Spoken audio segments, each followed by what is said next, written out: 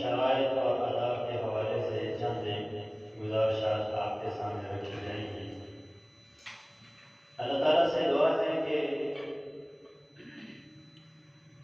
جو ہم سنتے اور سناتے ہیں اس پر عمل کرنے کی توفیق عطا فرمائے۔ انسان کو دو طرح کی غذا کی ضرورت ہوتی ہے، ایک روحانی غذا اور ایک جسمانی غذا۔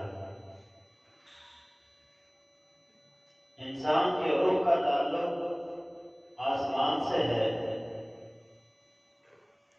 اور اس کے جسم کا تعلق زمین سے ہے۔ اس لیے اللہ تعالیٰ نے روح کی غذا آسمان سے نازل فرمائی اور جسم کی غذا زمین سے اللہ تعالیٰ نے ہمیں عطا فرمائی۔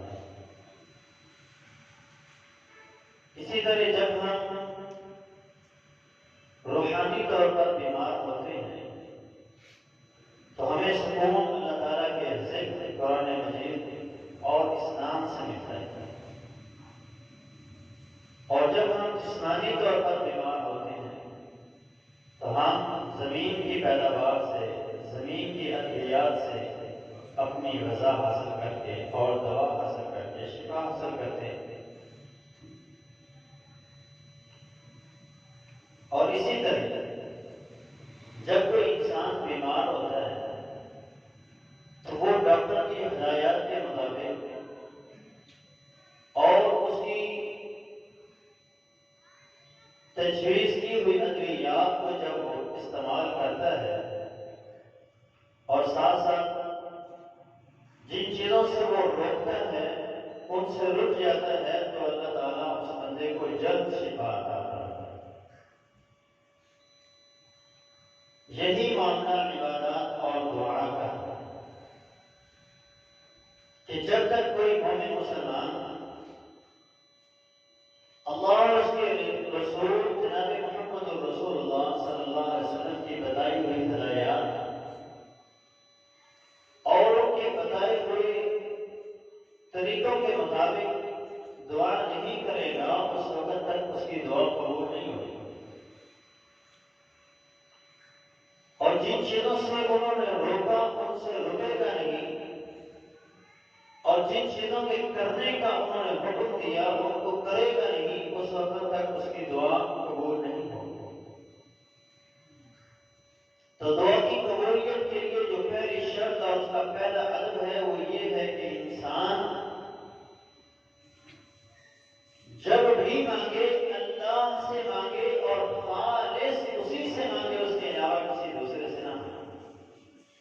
جب وہ خالص اللہ سے مانگے گا تو اللہ تعالیٰ اس کی دعا کو ضرور قبول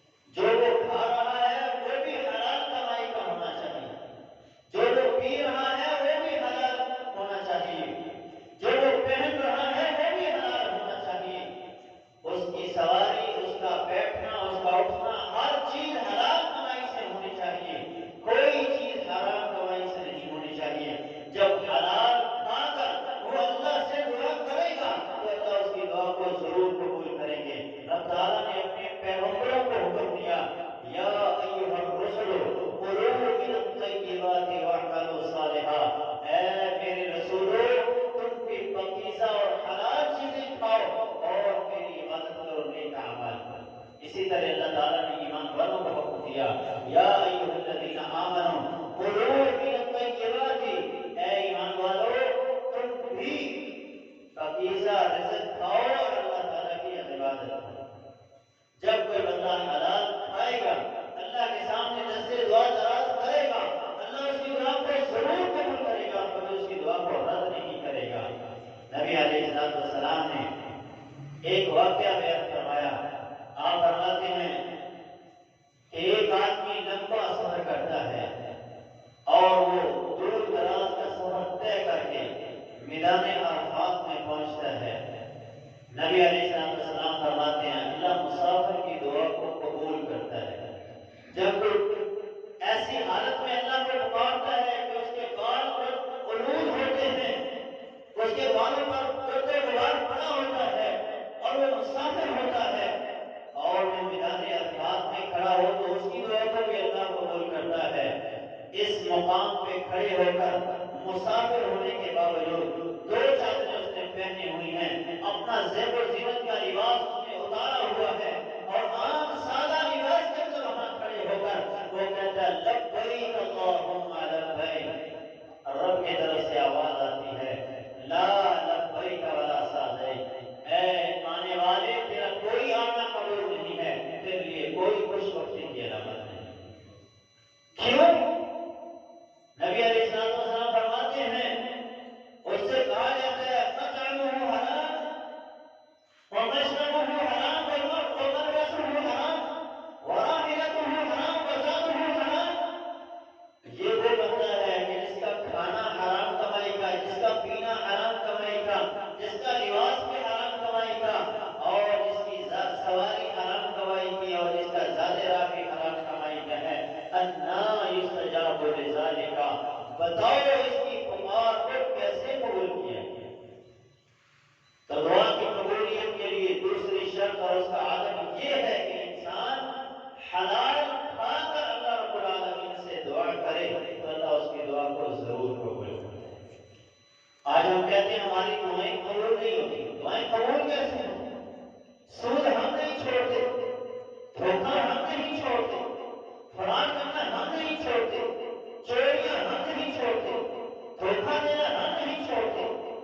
ایک ریڑھی والے سے لے کر ملک کے حکمران تک دیکھیں ہر بندہ کرپٹ نظر آ رہا ہے، ہر بندے کے اندر کرپشن نظر آ رہی ہے، اور پھر کہتے ہیں ہماری دعائیں قبول نہیں ہوتی۔ دعائیں قبول کیسے ہوں جب کرپشن ہی کرپشن ہمارے اندر بھی ایک ایک ادارہ دیکھنے، ہر ادارے کے اندر رشوت رہی ہے حرام کھا کر، اور پھر ہم کہیں ہماری دعا قبول ہو، یہ کیسے ہو سکتا ہے؟ اللہ کہتا ہے اللہ یستجاب لذالک، یہ حرام کام کرنے کے بعد، حرام کا اجتناب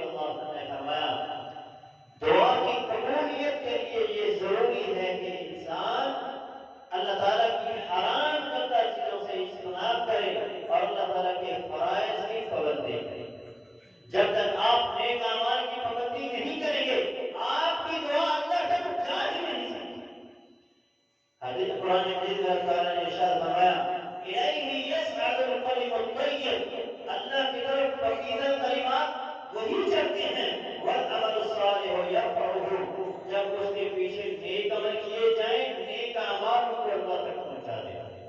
تو دعا کی قبولیت کے لیے یہ ضروری ہے، اعمال کو اللہ کے سامنے اللہ تک پہنچانے کے لیے یہ ضروری ہے کہ انسان دعا کے ساتھ ساتھ نیک اعمال کی پابندی کرے، اللہ کے فرائض کی پابندی کرے، اور جن کاموں سے اللہ تعالیٰ نے روک دیا ہے ان سے روک دیا۔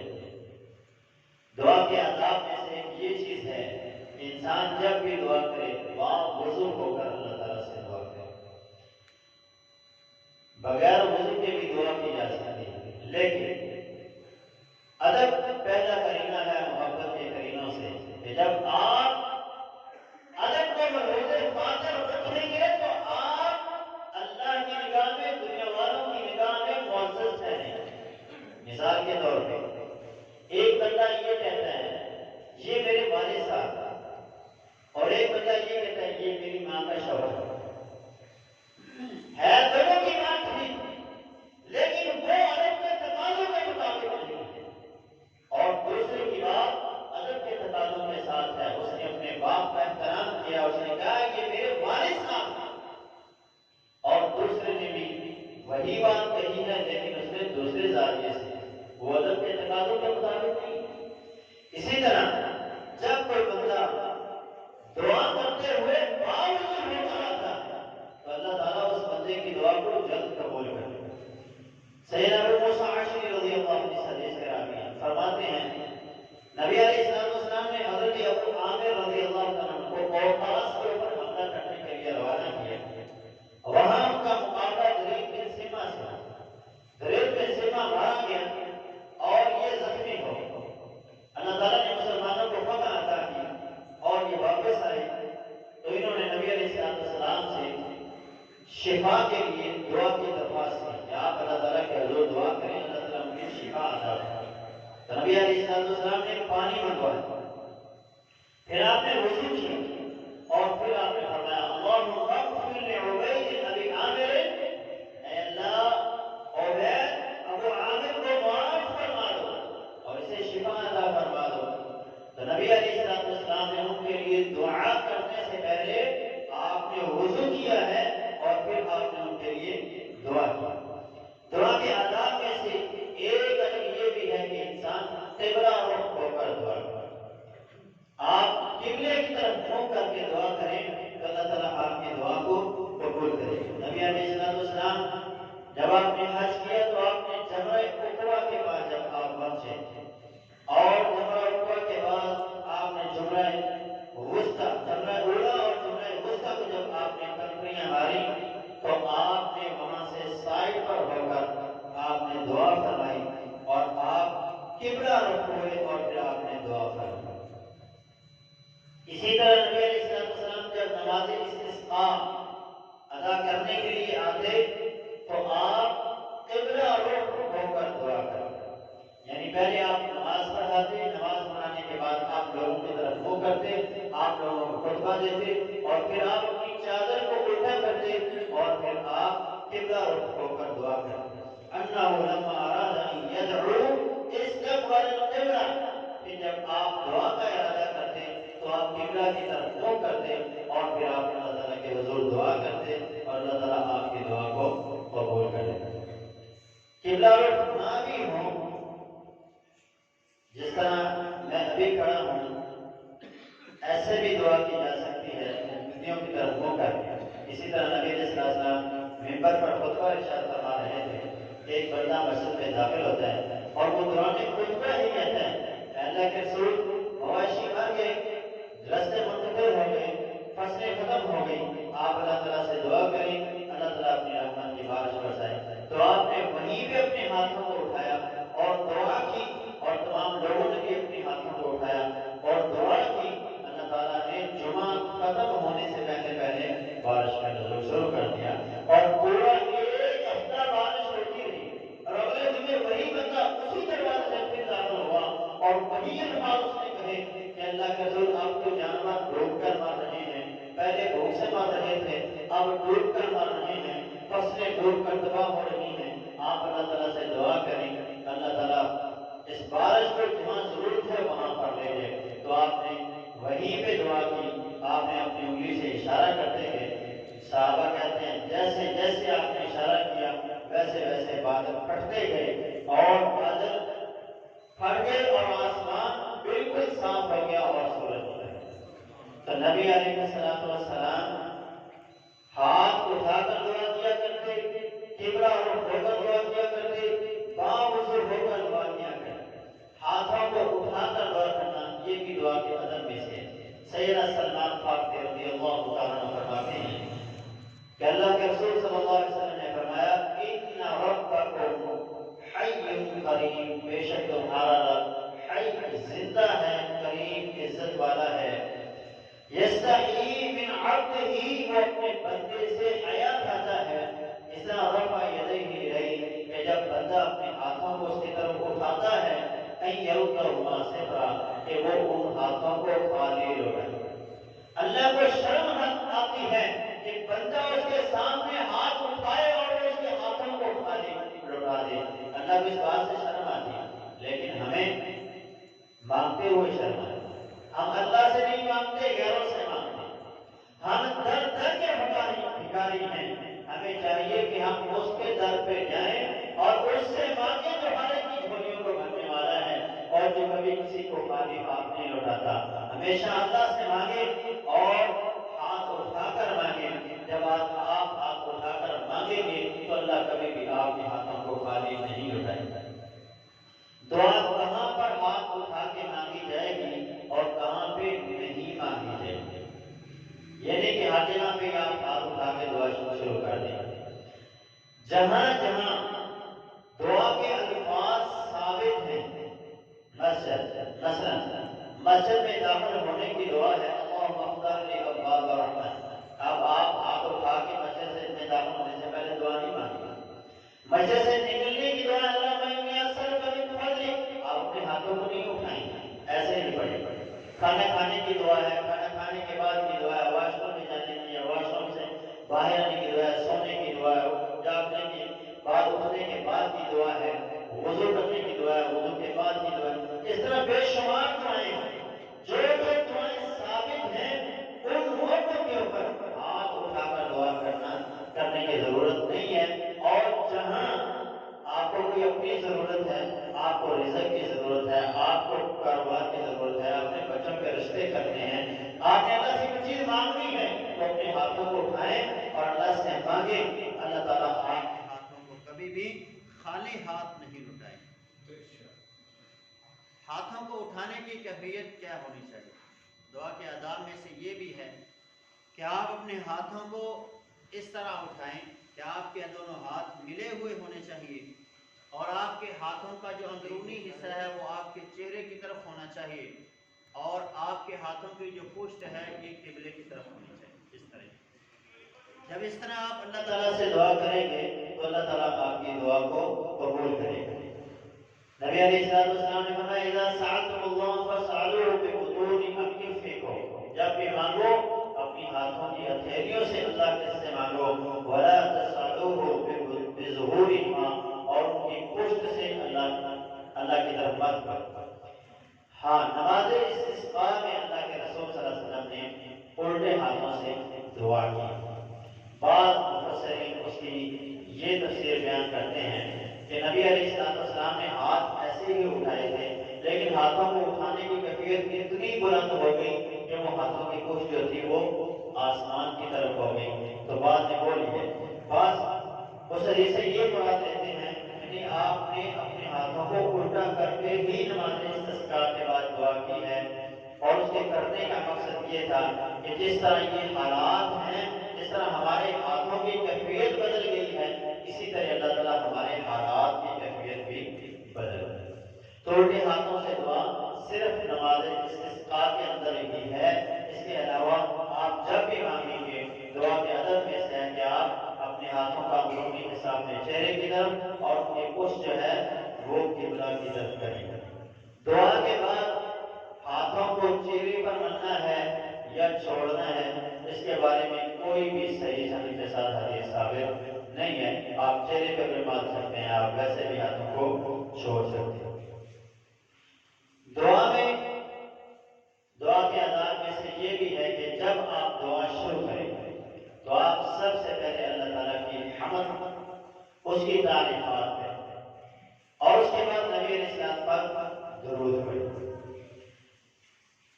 دنیا میں جب ہم نے کسی سے کوئی چیز لینی ہوتی ہے تو پہلے اس کی تعریفات کرتے ہیں، پہلے اس کے پاس جاتے ہیں، اس کی تعریفیں کرتے ہیں، پھر اسے اپنا کام اس کے سامنے رکھتے ہیں۔ تو یہی کیفیت انسان کی اللہ کے ساتھ بھی ہونی چاہیے کہ جب وہ اللہ رب العالمین کے سامنے اپنے ہاتھوں کو اٹھاتا ہے تو پہلے وہ اللہ تعالیٰ کو خوش کرے، اللہ تعالیٰ کی تعریفات کرے، اللہ تعالیٰ کی تعریفات کرتا ہے۔ نبی علیہ السلام کے بارے میں جو حدیث آتی ہے کہ قیامت کے دن جب آپ سجدہ کریں گے اللہ کے سامنے، اس میں آپ یہ نہیں کریں گے کہ اللہ اس امت کا حساب چھوڑ۔ اللہ کے رسول فرماتے ہیں میں اللہ کی اتنی تعریفات کروں گا، اتنی تعریفات کروں گا کہ وہ تعریفات اللہ مجھے علما کرتا جائے گا اور میں اللہ کے سامنے ان کو پڑھتا جائے گا، اور اس قدر وہ تعریفات ہوں گی کہ وہ 7 دن اور 8 راتیں گزر جائیں گی اور میں اللہ کے سامنے سجدہ ریز رہوں گا، اور اس کے بعد اللہ تعالیٰ کا غصہ ٹھنڈا ہو جائے گا اور پھر اللہ کہے گا ارفع راسک سلطوتا، آپ مانگیں جو مانگنا چاہتے ہیں ہم آپ کو عطا کریں۔ تو دعا کرنے کے ادب میں سے یہ چیز ہے کہ جب آپ اپنے ہاتھوں کو اللہ کے سامنے اٹھاتے ہیں تو پہلے اللہ تعالیٰ کی تعریفات کریں، اللہ تعالیٰ کی کبریائی کو بیان کریں، اس کی حمد و ثنا بیان کرتے ہیں، اور پھر اس کے نبی جناب محمد رسول اللہ صلی اللہ علیہ وسلم پر درود پڑھیں۔ نبی علیہ السلام کے سامنے ایک بندہ تھا، اس نے جلدی جلدی نماز پڑھی، نماز پڑھنے کے اس نے اپنے ہاتھوں کو اٹھایا، دعا کی، دعا کرنے جانے لگا تو آپ نے فرمایا اس کو بلا دیا۔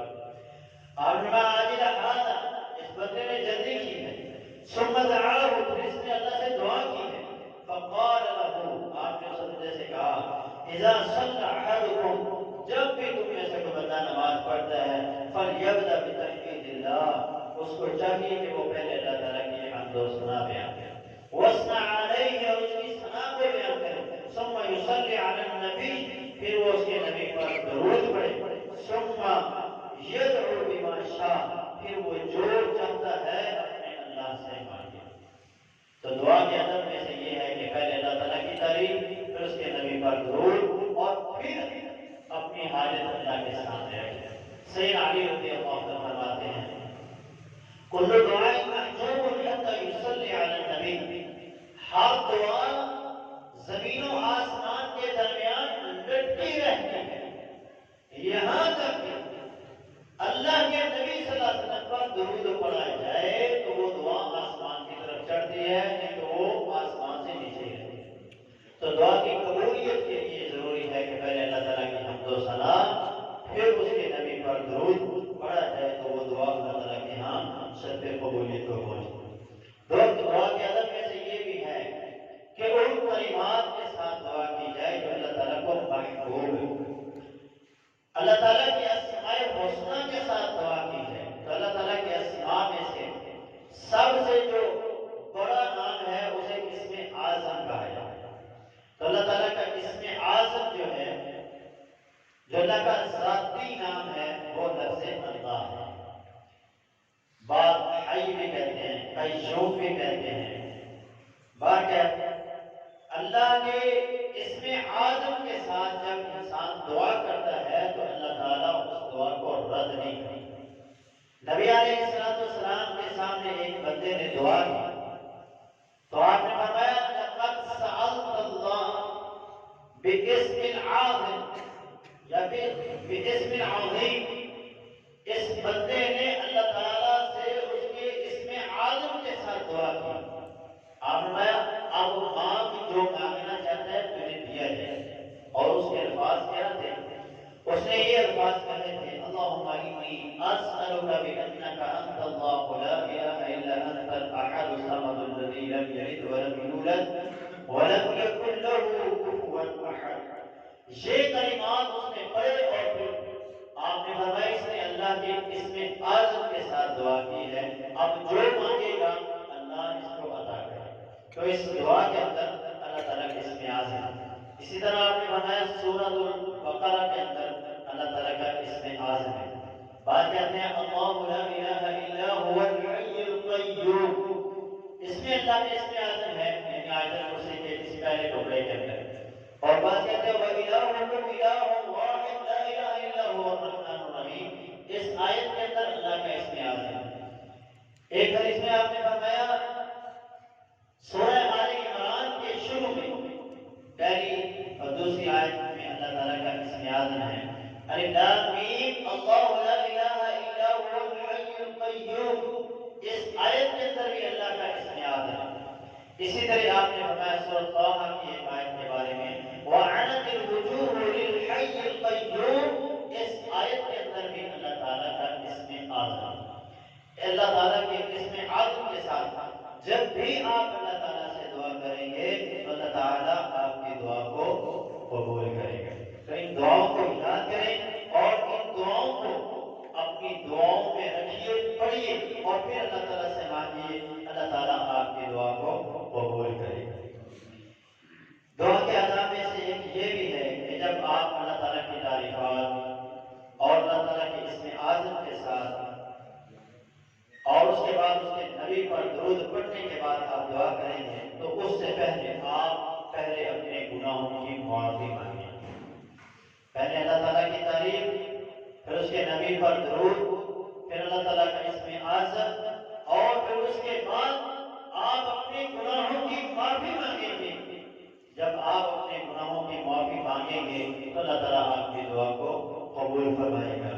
رسول اللہ صلی اللہ علیہ وسلم کی حدیث ہے, آپ نے ارشاد فرمایا جب اللہ تعالیٰ کے سامنے بندہ اپنے گناہوں کو رکھتا ہے اور اللہ تعالیٰ سے معافی مانگتا ہے تو اللہ تعالیٰ فرماتا ہے عالم عبدی ان لہ ربا. اللہ فرماتا ہے میرا بندہ یہ جان چکا ہے کہ اس کا کوئی رب ہے, کوئی اس کو پوچھنے والا ہے, کوئی اس کو پکڑنے والا ہے, کوئی اس کے گناہوں کی اسے سزا دینے والا ہے, کوئی اس کے گناہوں کو معاف کرنے والا ہے. یہ جانتا ہے اس لیے یہ مجھ سے مانگ رہا ہے. یا پھر ضرور یہ مجھ سے اپنے گناہوں کی بخشش مانگتا ہے وَيَأْخُذُ بِهِ اور اس کے ساتھ وہ میری بخشش کو حاصل کرنے کی کوشش کرتا ہے. غَفَرْتُ لِعَبْدِي میں نے اپنے اس بندے کو معاف کر دیا. تو جب بندہ اللہ تعالیٰ سے اپنے گناہوں کی ساتھ میں بخشش مانگے گا تو اللہ تعالیٰ اس کی دعا کو قبول فرمائے گا. دعا کے ادب میں سے یہ بھی ہے کہ سب سے پہلے جب آپ دعا کرتے ہیں تو اپنے لیے کریں, پھر اپنے رشتے داروں کے لیے, پھر دوسرے مسلمانوں کے لیے. سیدنا ابراہیم علیہ السلام نے دعا کی ربنا اغفر لی ولوالدی وللمؤمنین یوم یقوم الحساب. اللہ مجھے معاف فرما, میرے والدین کو معاف فرما اور تمام مومنوں کو معاف فرما. اور اس وقت پوری دنیا میں 2 ارب سے زائد مسلمان ہیں, 3 ارب کے قریب کہہ لیں مسلمانوں کی تعداد پہنچ چکی ہے. اور جب کوئی بندہ کسی مسلمان کے لیے اس کی عدم موجودگی میں اس کے لیے دعا کرتا ہے, یہ دعا کی بڑی فضیلت ہے. اس لیے ہمیں علماء کہتے ہیں کہ نماز میں پڑھنا, حالانکہ یہ نماز کی دعاؤں میں سے نہیں ہے کہ جب کوئی بندہ کسی مسلمان کے لیے اس کی عدم موجودگی میں دعا کرتا ہے فرشتہ کہتا ہے جتنوں کے لیے اس نے کی ہے, جس کے لیے اس نے مانگی ہے, اللہ اتنا اس کو بھی عطا کرے. تو 2 ارب کی آپ کہہ رہے ہیں کہ 2 ارب مسلمان دنیا میں ہیں تو 2 ارب کے قریب روزانہ اس کی بخشش ہوتی ہے. وہ اگر ایک بار کہتا اللہ اغفر للمؤمنین والمؤمنات, اللہ تمام مومن مسلمانوں کو معاف فرما, تو فرشتہ کہتا ہے جتنے تو نے ان کو معافی دینی ہے اتنی اس کو بھی معافی دینی. تو اس لیے فراغ دلی سے مانگا کریں, اللہ تعالیٰ کے خزانے بڑے وسیع ہیں. تو ربنا اغفر لی پہلے اپنے لیے, والدی والدین کے لیے, رشتے داروں کے لیے, عزیز و اقارب کے لیے, وللمؤمنین یوم یقوم الحساب اور تمام مومنوں کے لیے بعد میں دعا کریں. سیدنا عبی بن کعب رضی اللہ عنہ فرماتے ہیں ان رسول اللہ صلی اللہ علیہ وسلم کان اذا ذکر احدا, نبی علیہ السلام جب کسی بندے کے لیے دعا کرتے ہیں, جب آپ سے کہا جاتا ہے فلاں بیمار ہے, فلاں ایسے ویسے ہے, اس کے لیے دعا کریں. فدعا تو آپ دعا کرتے فبدا بنفسہ, تو پہلے آپ اپنے لیے کرتے پھر اس کے لیے کرتے. دعا دوسرے کے لیے بھی کی جا سکتی ہے اور فرشتہ اس کی دعا پر آمین بھی کہتا ہے. جو مانگ رہا ہے اس کو بھی عطا کرے. لیکن دعا کے ادب میں سے یہ چیز ہے کہ پہلے آپ اپنے لیے مانگیں، پھر آپ دوسروں کے لیے مانگیں. دعا کے ادب میں سے یہ بھی ہے کہ جب بھی آپ دعا کریں پرعزم ہو کر مانگیں، شک کے ساتھ نہ مانگیں، کچے الفاظ کے ساتھ نہ مانگیں، یقین کامل کے ساتھ مانگیں. جب بھی مانگیں سیدنا ابو ہریرہ رضی اللہ عنہ فرماتے ہیں، آپ نے فرمایا اذا دعا احدکم فلا یقل اللهم اغفر لي من شئ، کہ جب بھی اللہ سے مانگنا ہے یہ نہیں کہنا کہ اللہ اگر تو چاہتا ہے تو مجھے معاف کر، بلکہ پورے یقین کامل سے کہیں اور پورے یقین اور عزم سے اللہ سے مانگیں، کیونکہ جس سے مانگا جا رہا ہے وہ ہر چیز سے بڑا ہے. وہ جو چاہتا ہے کرتا اس کو کوئی پوچھنے والا نہیں ہے.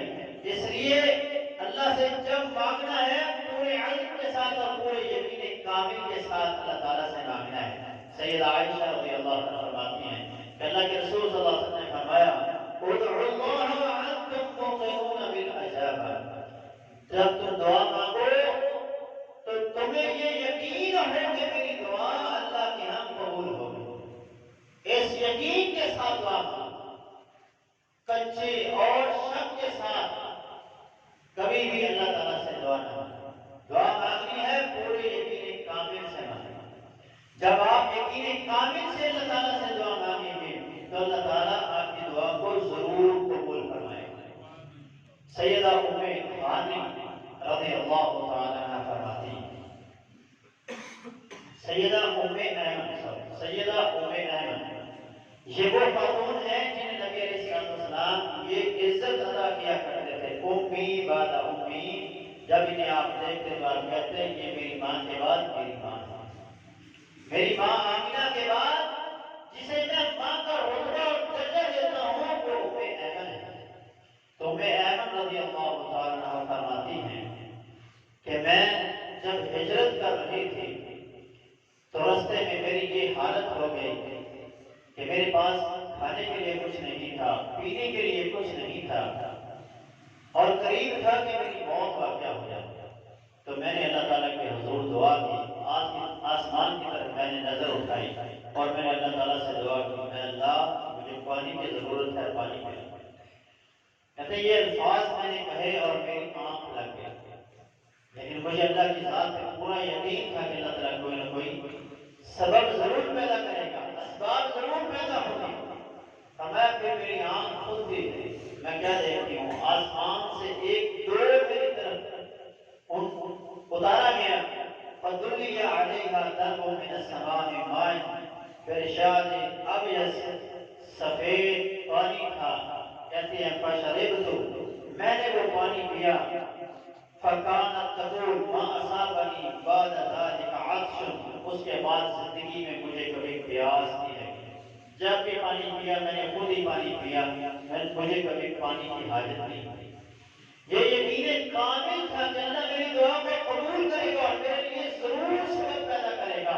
تو اللہ نے آسمان سے جنت سے اس کے لیے پانی کا ایک ڈور نیچے اتارا اور انہوں نے اس پانی سے پی. سیدہ زلیخا رضی اللہ عنہ کا واقعہ بڑا مشہور ہے کہ جب ان کی آنکھوں میں لوہے کی سلائیوں کو گرم کر کے پھیر دیا گیا اور ان کی آنکھیں بے نور کر دی گئی، اور اس وقت ابو جہل نے کہا لا تبصر، حضور نے تیری آنکھوں کو لے لیا ہے، اب کون ہے جو مجھے روشنی عطا کرے گا؟ تو اس نے کہا میرا اللہ ہے جو مجھے آنکھوں میں دوبارہ روشنی عطا کرے گا. اس نے کہا پھر اپنے رب کو کہو کہ تجھے وہ روشنی عطا کرے. انہوں نے اپنے ہاتھوں کو اٹھایا، اپنا اللہ یہاں تیری ذات کا مسئلہ ہے، مجھے آنکھیں ملتی، مجھے آنکھیں تو نے عطا کی تھی اور یہ پھر نور بھی تیری ذات کے لیے ہوئی ہے. اے اللہ تیری ذات کا مسئلہ ہے، تجھ سے میں مانگ رہی ہوں، مجھے آنکھیں عطا فرما. اللہ رب العالمین سے انہوں نے دعا کی، اللہ نے ان کی آنکھوں کو فوراً روشن کر دیا. امام بخاری رحمۃ اللہ علیہ کی والدہ نے اللہ سے دعا کی کہ اللہ مجھے اولاد عطا فرما، میں اسے تیرے دین کی خدمت کے لیے وقف کروں. اللہ تعالیٰ نے جب اولاد عطا فرمائی، محمد بن اسماعیل، محمد ان کا نام رکھا گیا جو امام بخاری کے نام سے مشہور ہے. تو جب پیدا ہوئے تو آنکھوں میں روشنی ہوئی تھی، آنکھیں میں نور تھی، حج کرنے کے لیے مکہ گئی اور حتیم نے اپنے بیٹے کو رکھ دیا اور ملتزم پہ آ کر اللہ تعالیٰ سے دعا کی کہ اللہ میں نے اپنے بیٹے کو تیرے دین کی خدمت کے لیے مانگا تھا اور تو نے اس کو آنکھوں سے بے نور کر دیا۔ اے اللہ اگر اس کے پاس آنکھوں کی روشنی نہیں ہوگی تو یہ دین کا کام کیسے کر سکے گا؟ اے اللہ میرے بیٹے کو آنکھوں کی روشنی عطا فرما۔ یہ دعا کر کے وہیں پہ حتیم میں اپنے بیٹے کے پاس سو گئی تو خواب میں حضرت ابراہیم علیہ السلام کی زیارت ہوئی۔ سیدنا ابراہیم علیہ السلام نے کہا اے ام اسماعیل، اے ام محمد، جاؤ اور دیکھو اللہ نے تمہارے بیٹے کو آنکھوں کی روشنی عطا کر دی۔ تو امام بخاری کو اللہ تعالیٰ نے آنکھوں کی روشنی عطا فرمائی اور ایسی روشنی اپنے عطا فرمائی کہ بخاری کو انہوں نے چاند کی روشنی میں بیٹھ گئے۔ اتنی اللہ تعالیٰ نے آنکھوں کی روشنی عطا فرمائی، اتنا زبردست نور انہیں عطا فرمایا کہ جب کوئی بندہ اللہ تعالیٰ سے مانگتا ہے تو اللہ تعالیٰ ان کی دعا کو ضرور قبول کرتا ہے۔ اور اللہ تعالیٰ کو اسباب کی ضرورت نہیں ہے، اسباب ہم نے بنائے ہوئے ہیں۔ اللہ تعالیٰ مسبب الاسباب ہے، اسباب کو خود پیدا کر دیتے ہیں، اسے کسی کی کوئی پرواہ نہیں ہے، کوئی سے ضرورت نہیں ہے، جب چاہتا ہے جو چاہتا ہے وہ کرتا ہے، فعال لما یرید، جو چاہتا ہے وہ کر کے دکھاتا ہے۔ حال ہی میں فیصل آباد کے ایک عالم دین کا واقعہ ہے، عتیق الاسد کے حافظ اللہ بھی زندہ ہے ماشاءاللہ، بزرگ عالم دین ہے۔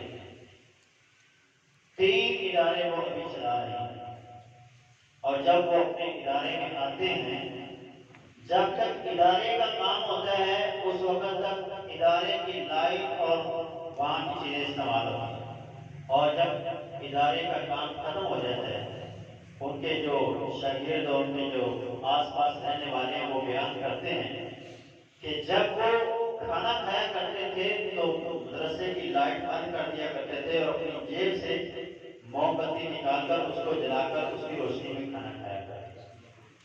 ایسے حلال اور حرام کی تمیز کرنے والے انسان مدرسے کے ناظم نے آگے کہا کہ شیخ صاحب مدرسے کا فنڈ ختم ہو گیا ہے، کیا کیا جائے؟ فرمایا جس اللہ نے پہلے اس نظام کو چلایا ابھی بھی وہ چلائے گا، گھبرانے کی ضرورت نہیں، وہ چلے گا۔ وہ تھے اور جو انہوں نے سب سے پہلے مسجد بنائی تھی وہ بھی مدرسے کی ایک سائٹ پہ تھی، اس مسجد کے حصے میں وہ چلے گئے اور وہاں پہ بیٹھ کے انہوں نے اللہ تعالیٰ سے 2 نفر پڑھ کے دعا شروع کی۔ وہ دعا کر رہے تھے کہ مسجد کے دروازے سے ایک بندہ داخل ہوتا ہے اور ایک بیگ نوٹوں سے بھرا ہوا ان کے پاس لا کے رکھتا ہے، کہتا ہے شیخ صاحب یہ مدرسے کے فنڈ کے لیے ہے اور میں جا رہا ہوں۔ انہوں نے کہا بیٹھو، مدرسے کی رسید تو لیتے جاؤ، کتنے پیسے ہیں کیا حساب کتاب ہے؟ انہوں نے کہا آپ کھیل لیں، میں نیچے بیٹھا ہوں، مجھے نہیں پتا یہ کتنے ہیں، میرے مالک نے مجھے دیے ہیں۔ انہوں نے کہا جا کے دے۔ اس نے کہا ٹھیک ہے تم نیچے بیٹھو۔ وہ شیخ صاحب گیا، انہوں نے پیسے گنے کے بعد رسید کاٹ کے لائے اور نیچے آ کے دیکھا نیچے کوئی بندہ بھی نہیں۔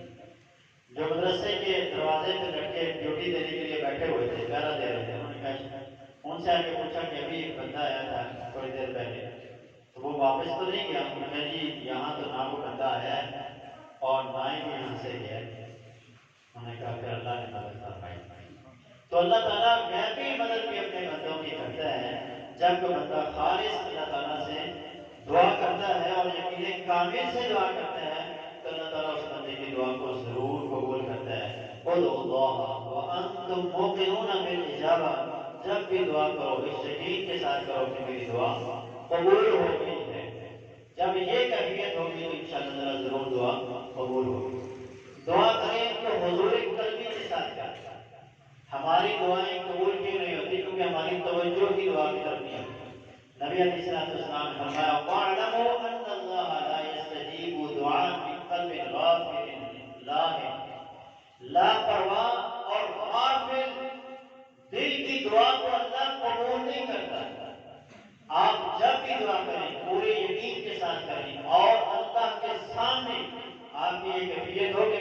خالق و مالک کے سامنے بیٹھا ہوں، دنیا سے بے نیاز ہو کے، دنیا سے تعلق توڑ کے اللہ سے مانگے تو اللہ آپ کی دعا کو ضرور قبول کرے۔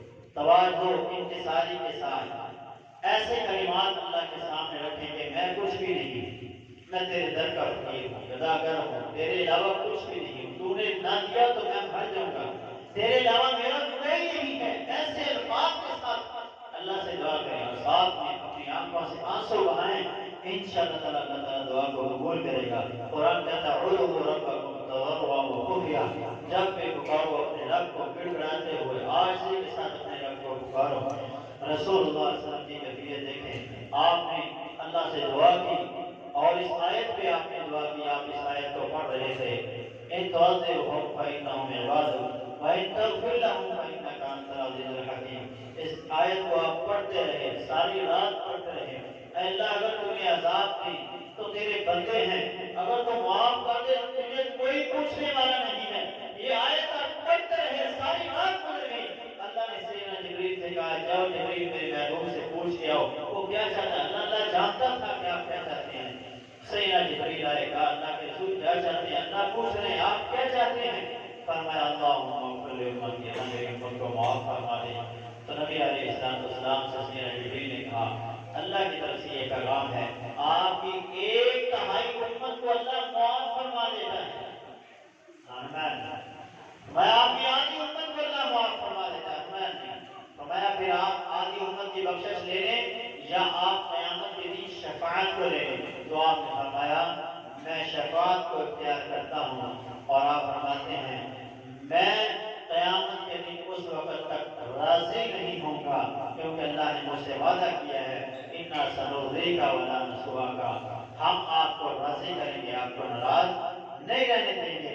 میں اس وقت تک راضی نہیں ہوں گا جب تک میری امت کا ایک بھی کلمہ گو توحید پرست اللہ پر ایمان رکھنے والا جہنم کے اندر ہوگا۔ تو نبی علیہ السلام نے اللہ سے دعا کی، گڑ گڑا کے عاجزی کے ساتھ ساری رات رو رے کر اللہ سے دعا کی، تو اللہ تعالیٰ نے آپ کی دعا کو قبول کیا ہے۔ جب دعا کریں تو کثرت کے ساتھ دعا کریں، یہ بھی دعا کے آداب میں سے ہے۔ جب دعا کریں تو دعا کے کلمات کو بار بار رپیٹ کریں، ان کو بار بار دہرائیں، تو اللہ تعالیٰ آپ کی دعا کو قبول کرے گا۔ اسی طرح جب بھی آپ اللہ تعالیٰ سے دعا کرتے ہیں جامع کلمات کے ساتھ دعا کریں، یعنی آپ مصنوع کلمات کے ساتھ دعا کریں، وہ دعائیں اپنی دعا میں کریں جو اللہ کے رسول صلی اللہ علیہ وسلم پڑھا کرتے تھے۔ مصنوع دعاؤں کو یاد کر کے اور قرآنی دعاؤں کو یاد کر کے انہیں آپ اپنی دعاؤں میں پڑھیں تو اللہ تعالیٰ آپ کی دعاؤں کو قبول کرے گا۔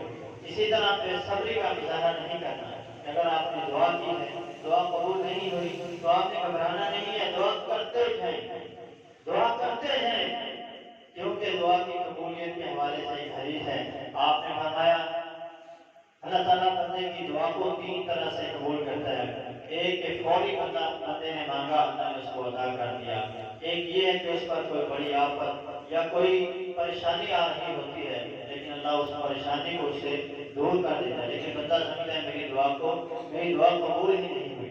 اسی طرح آپ نے فرمایا تیسرا یہ ہوتا ہے دعا کی قبولیت کے حوالے سے کہ جب بندہ قیامت کے دن اللہ کے سامنے جائے گا، دنیا میں نہ اس کی دعا قبول ہوئی، اسے ظاہر یہ ہو رہا تھا کہ میری دعا قبول نہیں ہوئی، اسے کچھ بھی نہیں ملا اور نہ ہی کوئی اس کی پریشانی ختم ہوئی، بلکہ اس کا صلہ اللہ اسے قیامت کے دن عطا فرمائے گا اور اس کے اجر و ثواب کو دیکھ کر اس قدر خوش ہوگا اور یہ ان الفاظ کے ساتھ اظہار کرے گا آج کی دنیا میں میری کوئی دعا قبول نہ ہوئی ہوتی اور تمام دعاؤں کا صلہ مجھے آج مل جاتا ہے۔ تو اس لیے دنیا میں جب تک ہیں کثرت کے ساتھ دعا کریں، دعا قبول ہوتی ہے ہو نہیں ہوتی نہ ہو، لیکن آپ کا کام ہے دعا کرتے جائیں، آج نہیں تو قیامت کے دن اللہ اس کا ضرور صلہ عطا فرمائے گا اور قیامت کے دن کی گھبراہٹ سے اللہ تعالیٰ محفوظ فرمائے گا اور قیامت کے دن اللہ تعالیٰ اس بندے کو آسانی عطا فرمائے گا۔ اللہ تعالیٰ ہمیں جب تک زندہ رکھے دین اسلام